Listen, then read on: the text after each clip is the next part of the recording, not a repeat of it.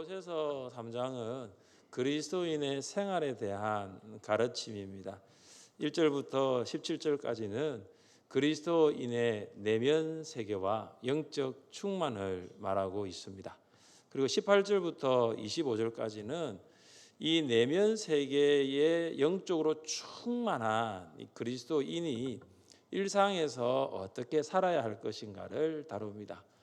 그리스도인의 생활은 크게 두 가지로 나뉘어지는데 그것은 가정생활과 직장생활입니다.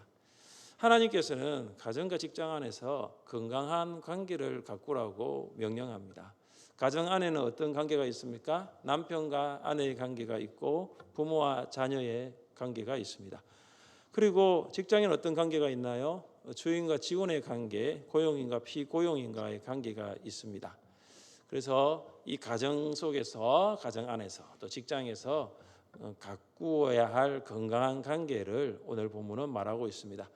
먼저 한 가지 이야기를 나누어 보려고 합니다. 미국의 자동차 왕인 헨리 포드가 대기업을 일으킨 후에 고향에 내려갔습니다. 그 고향에서 조그마한 집을 짓고 살았습니다. 근데 그 집은 대기업 총수가 살기에는 아주 작고 매우 평범한 집이었습니다. 그를 아는 사람들이 이렇게 물었습니다. 포드 씨, 이거 너무 초라하지 않습니까? 아니, 호화롭지는 않다 하더라도 생활하는데 불편함은 없어야 되지 않겠습니까? 그러자 이 포드가 얼굴에 미소를 띠면서 이런 대답을 했다고 합니다. 가정은 건물이 아닙니다. 비록 작고 초라하더라도 예수님의 사랑이 넘친다면 그곳이야말로 가장 위대한 집이지요. 지금도 디트로이트에 있는 헨리 포드의 기념관에 가면 이런 글귀를 볼 수 있습니다. 헨리는 꿈을 꾸는 사람이었고 그의 아내는 기도하는 사람이었다. 헨리 포드의 성경의 이면에는 뭐가 있습니까? 꿈꾸는 사람과 기도하는 사람이 함께 이룬 행복한 가정이 있었습니다. 남편은 하나님의 꿈을 꾸고 아내는 그 남편의 꿈을 위해 기도한다면 이보다 더 행복한 가정이 어디 있겠습니까? 정말 행복한 가정이지요. 사랑하는 성도 여러분, 여러분의 가정은 건강합니까? 남편이 퇴근하여 집에 가려고 하는데 우리 남편 성도님들 집에 가는 시간이 기다려집니까? 이기영 집사님, 퇴근하고 집에 갈 시간이 되었어요. 집에 가는 그 시간이 기다려집니까? 네. 제가 이거 하니까 이천 집사님이 자꾸 쳐다보더라고요. 이렇게 제가 물었습니다. 아내는 퇴근하여 돌아올 남편이 기다려집니까? 이천 집사님 이미 물은 김에 한번 더 물어봅시다. 남편이 퇴근하고 돌아올 시간이 가까워지는데 이 집사님이 그 퇴근하여 돌아오는 그 시간이 기다려집니까? 네, 표정을 보니까 알 수 있겠습니다. 사회학자들은 이 시대를 가리켜 가정 위기 시대라고 말합니다. 가정은 행복해야 됩니다. 근데 행복해야 할 가정이 불행하죠. 웃음이 있어야 할 가정에 미움이 있고요. 기쁨이 넘쳐야 할 가정에 다툼이 가득합니다. 사도 바울은 오늘 본문을 통해서 건강한 관계를 가꾸어 가정을 회복하라고 말하고 있습니다. 가정의 회복은 어디에서 시작할까요? 가정의 회복은 역할의 회복이 됩니다. 남편과 아내의 역할이 회복되는 것이죠. 여러분, 가정에는 남편이 해야 할 역할이 있고 아내가 해야 할 역할이 있습니다. 우리 남자 성도님들 오늘 본문 18절을 같이 한번 읽어봅니다. 18절입니다. 아내들아 남편에게 복종하라. 이는 주 안에서 마땅하니라. 자, 아내는 남편에게 복종하라고 하고 있어요. 이걸 아마 읽으면 남편들은 잘 되었다. 요즘 아내가 내 말도 안 듣던데 오늘 이 18절 말씀을 가서 읽어줘야 되겠다. 남편에게 복종하라. 이는 주 안에서 마땅하니라. 여기 복종이라는 단어를 여러분 아십니까? 이 복종이라는 단어는 아래를 향해 질서를 세운다입니다. 그러니까 아내가 남편에게 복종하는 것은 어떤 문제냐? 질서의 문제입니다. 아내가 어떤 일을 결정할 때가 있죠. 그런데 남편에게 묻습니다. 여보, 어떻게 할까요? 아내가 남편에게 질문한다는 것은 이것은 남편의 권위를 인정하는 것과 같습니다. 근데 요즘 아내들 어떻습니까? 남편에게 잘 묻습니까? 알아서 다 해버리죠. 그러니 남편에게 질문하라는 것이 참 이 말이 어렵습니다. 여러분, 남편에게 한번 물어보세요. 그 자체가 남편의 권위를 인정하는 것입니다. 남편을 향한 존경의 마음이 조금이라도 있다면 남편에게 한번 물어보세요. 가정에서 영적 질서를 인정하고 그 질서대로 사는 것이 바로 복종입니다. 아내가 남편에게 복종하는 것은 오늘 말씀은 주 안에서 마땅하다라고 말씀합니다. 합당하다는 것이죠. 왜냐하면 이것이 바로 영적 질서이기 때문입니다. 같이 한 말씀을 읽어보겠습니다. 아내들이여 자기 남편에게 복종하기를 주께 하듯하라. 이는 남편이 아내의 머리됨이 그리스도께서 교회의 머리됨과 같음이니 그가 바로 몸의 구주시니라. 아멘. 아내가 남편에게 복종하기 위해서는 무엇을 해야 합니까? 먼저 아내가 예수님이 교회의 머리이심을 알아야 합니다. 교회의 머리가 예수님이심을 알면 예수님께 복종하는 아내만이 남편에게 복종할 수 있어요. 이유는 이것이죠. 하나님께서 남편을 나의 머리로 세우셨다는 것을 믿기 때문이죠. 그러나 나는 너희가 알기를 원하노니 각 남자의 머리는 그리스도요 여자의 머리는 남자요 그리스도의 머리는 하나님이시라. 하나님은 그리스도의 머리이십니다. 그리스도는 남편의 머리이십니다. 남편은 아내의 머리입니다. 그러니까 이 복종이라는 말은 힘의 문제가 아니라 영적 질서의 문제입니다. 아내가 남편보다 힘이 없기 때문에 복종하는 것이 아닙니다. 하나님께서 남편을 나의 머리로 세우셨기 때문에 아내가 남편에게 복종하는 것입니다. 그리고 아내가 남편에게 복종하기 위해서는 남편이 머리이신 그리스도께 복종할 수 있어야 됩니다. 남편이 예수님께 복종할 때 비로소 아내가 남편에게 복종할 수 있습니다. 권위는 만들어진다고 볼 수 없습니다. 권위는 남편이 만드는 것이 아니에요. 하나님께서 예수 그리스도를 머리로 인정하는 남편에게 하나님께서 주시는 것이 권위입니다. 그래서 권위는 위로부터 임합니다. 사랑하는 남편 성도 여러분, 아내가 복종하지 않는다고 말하기 전에 여러분이 먼저 예수님께 복종하고 있는지를 한번 볼 수 있기를 바랍니다. 왜 이거 안 했지? 왜 이거 안 했어? 내가 하라고 했는데 왜 이거 안 했어? 라고 아내에게 말하기 전에 내가 예수님께 해야 할 일을 나는 하고 있는가를 한번 볼 수 있기를 바랍니다. 남편 여러분, 아내가 나에게 복종하라고 말하기 전에 예수님을 나의 머리로 고백하는 신실한 성도가 먼저 되시기를 바랍니다. 내가 집에서 가장 높은 사람이지만 나보다 더 높으신 분이 이 가정에 있다는 사실을 잊지 마십시오. 아내 여러분은 남편이 예수님을 만나서 예수님의 권위에 복종할 수 있기를 위해서 기도하시기를 바랍니다. 그때 비로소 아내는 남편에게 복종할 수 있습니다. 이제 남편은 어떻게 해야 할까요? 우리 여자 성도님들 19절 말씀을 함께 읽겠습니다. 19절입니다. 남편들아 아내를 사랑하며 괴롭게 하지 말라. 골로새서가 기록될 당시에는 남성 주도형 세계였습니다. 유대인 사람들에서도 여자들은 종종 노예와 같이 사회적 천대를 받았습니다. 노예 같은 대우를 받은 여자들에게 참 큰 고통이 있었습니다. 그런데 오늘 말씀을 보십시오. 남편들아 아내를 사랑하며 괴롭게 하지 말라. 이건 엄청난 급진적인 메시지죠. 여기 사랑을 보십시오. 여기 사랑은 아가페 사랑입니다. 여러분, 아가페는 다른 사람이 필요한 것에 대한 응답으로 행동하는 이타적인 사랑입니다. 아가페는 자기 만족이 아니라 자기를 희생함으로써 타인을 만족시킵니다. 그러니까 남편이 왜 존재합니까? 남편이 무엇을 위해 존재합니까? 자기 만족을 위해 존재하지 않습니다. 남편은 아내 만족을 위해 존재합니다. 우리 남편 여러분 따라 보겠습니다. 남편은 아내 만족을 위해 존재합니다. 예, 남편은 자기 만족이 아니에요.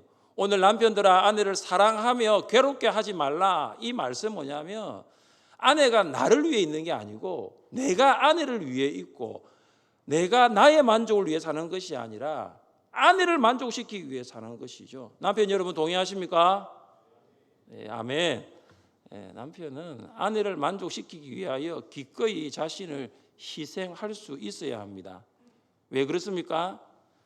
하나님께서 우리를 구원하시기 위하여 독생자 예수 그리스도를 희생시키신 십자가의 사랑이 방금 아멘이라고 하신 남편 안에 있기 때문이죠.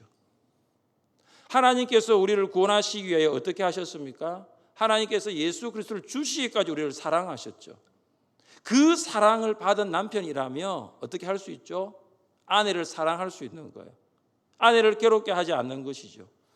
하나님께서 예수님을 희생하여 우리를 사랑하신 것처럼 나를 희생하는 거예요. 아내를 위하여 나를 희생하는 거예요. 아내를 사랑하기 위하여 나를 희생하는 거예요. 하나님께서 예수님의 목숨을 바쳐 우리를 사랑하신 것처럼 우리 남편 여러분 자신의 목숨을 바쳐서 아내를 사랑하십시오. 사랑하십시오. 이재락 장로님 잘하고 계신데 앞에 계셔가지고 제가 보여서 그렇습니다. 정용희 근사님을 사랑하십시오. 앞에 계셔가지고 그렇습니다. 아내를 괴롭게 하지 마십시오. 물리적으로 아내에 고통을 주면 안 됩니다. 언어적으로 아내에게 짜증나게 만들면 안 됩니다. 남편과 아내가 함께 지켜야 할 몇 가지가 있어 말씀을 드립니다. 첫째, 입을 여십시오. 오픈 마우스. 입을 여세요. 말을 좀 많이 하십시오. 말을 많이 하면 할수록 행복의 수치가 올라갑니다. 부부간 대화가 없으면 마음을 닫게 됩니다. 둘째, 귀를 여십시오. 오픈 이어. 상대방을 배려한다면 진심으로 들어주어야 합니다. 여러분, 귀를 닫아버리는 것은 상대방의 인격을 무시하는 것입니다. 보통 남자는 하루에 약 2만 마디의 말을 하고 여자는 3만 마디의 말을 한다고 합니다. 여러분, 한 사람이 1년 동안 한 말을 책으로 엮으면 800쪽 분량 책을 무려 66권을 만들 수 있다고 합니다. 그러니까 남편 여러분, 아내가 계속 말씀하시잖아요. 그러면 나는 하루에 2만 마디를 하고 아내는 3만 마디를 하니까 내가 귀를 열어야지. 귀를 열고 들을 준비를 하시면 돼요. 이것이 성경적인 건강한 부부, 남편과 아내의 관계입니다. 성경은 부모와 자녀에게 무엇을 가르칩니까? 20절입니다. 자녀들아 모든 일에 부모에게 순종하라. 이는 주 안에서 기쁘게 하는 것이니라. 성경은 자녀들이 부모에게 순종할 것을 명령합니다. 순종하는 것은 명령을 따라 잘 이행한다는 말입니다. 자녀들은 부모의 말씀을 잘 듣고 행동으로 실천해야 합니다. 우리 아이네어 찬양팀 오늘 왔습니까? 우리 자녀들 왔습니까? 부모가 여러분에게 이것 해야지라고 하면 뭐라고 이야기해야 되죠? 뭐라고 이야기해야 되죠? 네라고 하십시오. 나중에요라고 말하지 마십시오. 나중에요. 이따가요. 네라고 하는 거예요. 자녀들은 모든 일에 부모에게 순종해야 됩니다. 때로는 자녀의 입장에서는 부모의 말씀이 이해되지 않을 수가 있습니다. 세대가 다르죠. 세대가 다르기 때문입니다. 부모의 말을 라떼로 생각하지 마십시오. 부모의 말씀이 여러분의 세대와 다르더라도 순종하십시오. 상식적인 부모라면 자녀를 해롭게 하는 일을 하라고는 말하지 않습니다. 단 어떤 부모가 도덕법을 위반하여 다른 사람의 것을 도둑질하라는 것에 대해서는 순종해서는 안 됩니다. 또한 불신 부모가 믿음을 떠나 살아가라는 말하는 것도 순종해서는 안 될 것입니다. 부모에게 순종하는 자녀는 하나님을 기쁘시게 합니다. 부모에게 순종하는 자녀가 하나님께 순종할 수 있습니다. 눈에 보이는 부모에게 순종하지 않는 자녀가 어찌하여 보이지 않는 하나님께 순종할 수 있겠습니까? 이제 부모는 자녀에게 대하여 어떻게 할 것을 말씀하고 있습니까? 우리 21절 말씀을 함께 읽겠습니다. 아비들아 너희 자녀를 노엽게 하지 말지니 낙심할까 함이라. 아멘. 여기 아비들아라고 해서 자녀에 대한 부모 의무에 대한 역할은 어머니는 없다라고 생각하지 마십시오. 여기 아비들은 부모의 의미입니다. 부모는 자녀를 노엽게 해서는 안 됩니다. 다시 말해서 마음을 상하게 하지 말라는 것입니다. 때로는 부모의 잔소리가 자녀의 마음을 상하게 할 수 있습니다. 계속되는 잔소리는 자녀를 낙담시키고 심지어 자존감까지 무너뜨리게 할 수 있습니다. 자녀 양육은 참 쉬운 일이 아닙니다. 에베소서 6장 4절은 이렇게 말씀하고 있습니다. 너희 자녀를 노엽게 하지 말고 오직 주의 교양과 훈계로 양육하라.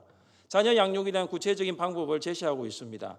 부모는 자녀를 교양과 훈계, 즉 하나님의 말씀을 심어 주어야 합니다. 여러분, 신앙은 저절로 자라지 않습니다. 화분이 있습니다. 화분에 이 꽃도 물을 주지 아니하면 시들고 맙니다.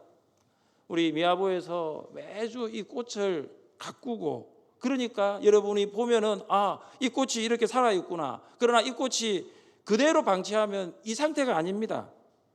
다시 말해서 가꾼 것이죠. 저절로 자라지 않습니다. 유대인들이 자녀들을 어떻게 양육하였습니까? 부지런히 성경을 읽어주었습니다. 그들의 손을 잡고 기도해 주었습니다. 유대인들은 자녀들에게 유산으로 재산을 물려주지 않습니다. 그들은 유산으로 성경을 물려줍니다. 자녀와 함께 성경을 읽으십시오. 자녀를 위해서 기도하십시오. 특히 사춘기 자녀들, 사춘기를 아주 요란스럽게 하는 자녀들이 여러분 자녀들이라면 잔소리는 그들에게 더 이상 마음을 변화시킬 수 없습니다. 여러분, 기도하십시오. MIP 성구기도, 성구확장 기도를 통하여 자녀를 위해서 집중적으로 말씀을 가지고 기도해 보십시오. 자녀가 변화될 것이고 자녀가 예수님 인격적으로 만나게 될 것입니다. 성경은 종들에게 상전에 대하여 어떻게 할 것을 말씀하고 있습니까? 22절입니다. 종들아, 모든 일에 육신의 상전들에게 순종하되 사람을 기쁘게 하는 자와 같이 눈가림만 하지 말고 오직 주를 두려워하여 성실한 마음으로 하라. 로마 시대의 인구의 절반 이상이 노예였다고 합니다. 여러분, 이 노예들에게는 권리가 없습니다. 노예들은 주인의 소유물입니다. 그런데 그들이 이제 교회 안으로 들어왔습니다. 예수님을 만나게 되었습니다.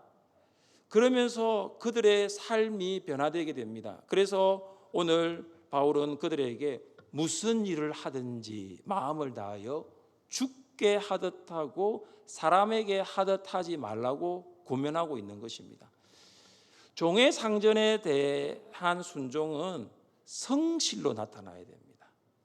상전이 보지 않는다고 해서 눈가림으로 일을 하는 것이 아니라 상전이 보든 보지 않든 주인이 보든 보지 않든 성실한 마음으로 죽게 하듯 해야 됩니다.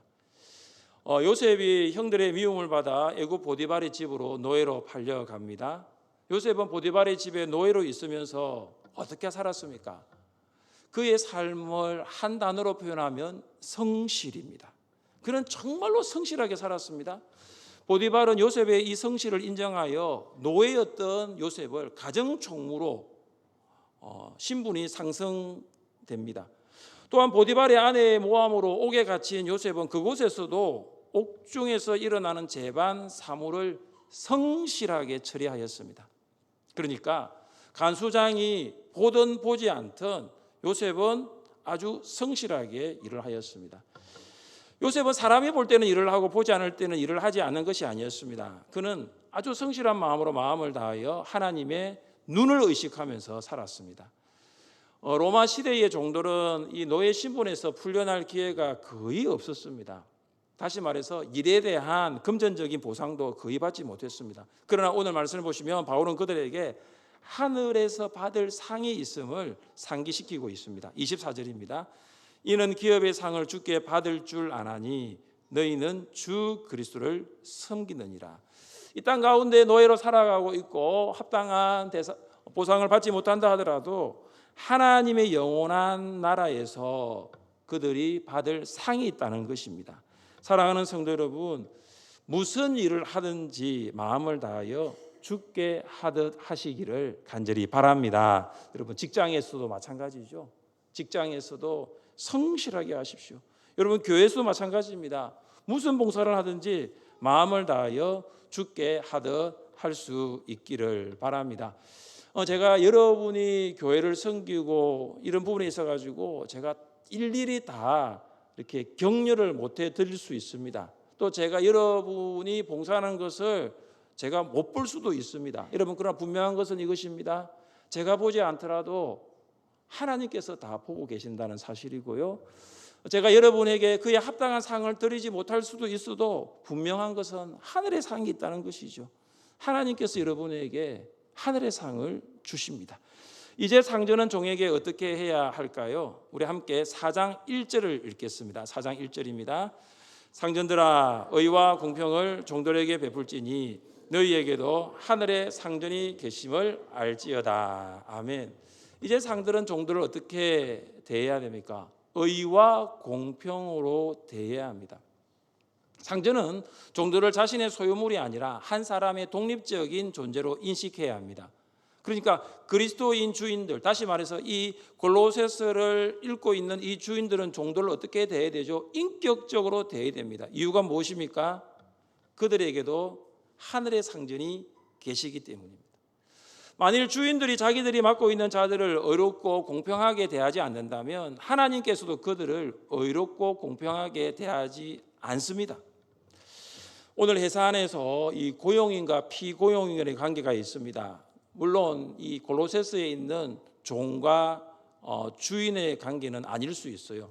그러나 여러분, 혹시 회사 안에서 여러분이 관리자고 또 직원이 있다면, 여러분이 고용인이고 피고용인이 있다면 그들을 인격적으로 대우할 수 있기를 바랍니다. 특별히 외국 근로자들을 고용하고 있는 회사들이 참 많습니다. 여러분 앉아 계신 장의자를 설치할 때도 이 선구사에서도 베트남에서 오신 외국 근로자 두 분과 함께 이 작업을 다 했어요.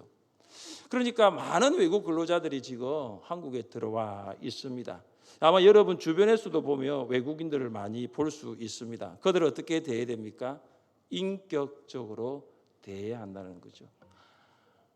만약에 직장 안에 여러분 직원이 외국 근로자들이라면 한 가족으로 인식해야 한다는 것이 오늘 본문이 전하는 메시지입니다. 말씀을 정리합니다. 사랑하는 성도 여러분, 성경은 신앙의 성장과 성숙이 가정과 직장 안에서의 관계 가꾸기로 나타난다고 말씀하고 있습니다. 한번 보십시다. 남편과 아내 여기에 계실 텐데요. 어떻습니까? 남편 여러분, 아내를 사랑하십시오. 남편 여러분, 아내를 괴롭게 하지 마십시오. 아내 여러분, 남편에게 복종하십시오.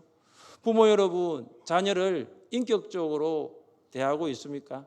자녀에게 주의 교양과 훈계로 양육하고 있습니까? 자녀 여러분, 부모의 말씀에 순종하고 있습니까? 그리고 고용인 여러분, 정말로 여러분이 고용하고 있는 피고용인들을 의와 공평으로 대하고 있습니까? 그리고 직원, 피고용인으로서 일을 하고 계신 여러분, 성실함으로 주님께 하는 것처럼 성실함으로 하고 있습니까? 만약 우리가 이 골로새서 3장 18절 이하의 말씀대로 한다면 여러분의 가정은 분명한 건강한 관계가 가꾸어지게 될 것이고, 또한 여러분의 직장도 마찬가지일 것입니다. 부모인 성도들은 자녀를 하나님의 말씀으로 가르치고, 자녀인 성도님들은 부모님께 순종하십시오. 고용인의 위치에 있는 성도님들은 의와 공평으로 피고용인을 대하고, 피고용인으로 직원으로 일하시는 우리 성도님들은 죽게 하듯 성실함으로 일할 수 있기를 바랍니다. 그리하여서 여러분의 가정과 또한 여러분의 직장이 건강한 관계로 가꾸어진 공동체가 될 수 있기를 주님의 이름으로 축복합니다.